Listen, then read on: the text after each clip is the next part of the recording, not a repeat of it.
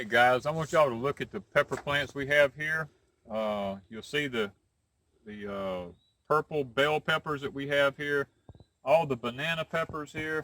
Guys, these are the peppers that, because they got the disease, all the research said, pull them up, get them out of here, get rid of them. Well, we didn't do that. We started picking the leaves off of them, cutting them back. They've come back, and guys, we've been harvesting peppers till we have freezers full of peppers now. But now, in their defense, I will say, I have a few plants down here that never recovered. These here, this one, and this one are 3 peppers that never really recovered from the virus. They had peppers on them, but the plants still showed tremendous signs of the virus. They never did really sprout back like they were supposed to.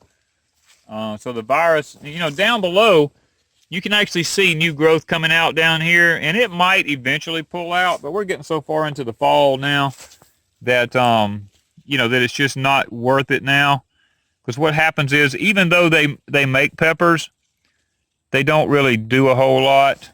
So there are instances where the virus does overcome the plant. But what we do is, guys, here's what I do. I come out every day, I walk this field, and when I see leaves like this one, I just pick it off. This one is curled, I just pick them off. The bad ones, I just get rid of them. I look the plant over, up in the top of this one, got some bad leaves here, all still got the virus showing up in it.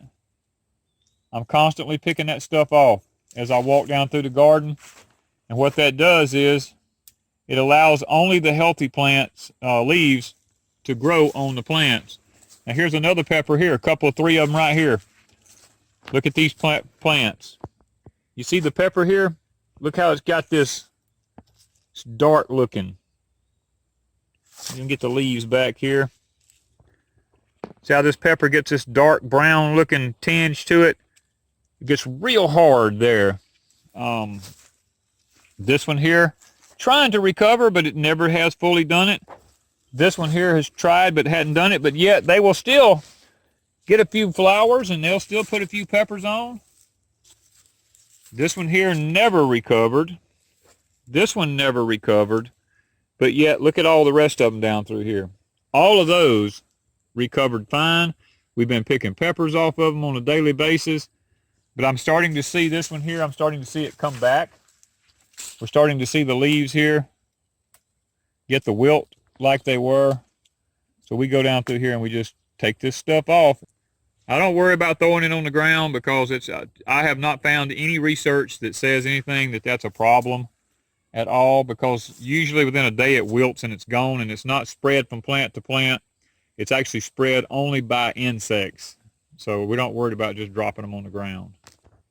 Okay guys, so we're really excited about having our peppers to pull out like they did, and by not giving up on them. As I mentioned, we have a freezer full now. Wanda is using these in an array of different ways in canning them. She's making pickled sweet peppers. She's making pickled dill peppers. And they stay crunchy that way. They're really good to eat. They're good to add to things. So guys, we're excited that we were able to pull these out and not have to be a total loss this year. And I encourage you, don't just jerk something up out of the ground because it has a problem. Work with it. Try to figure out what it is that you can do that makes your plants pull through the diseases that they catch. So thank you, Deep South Homestead.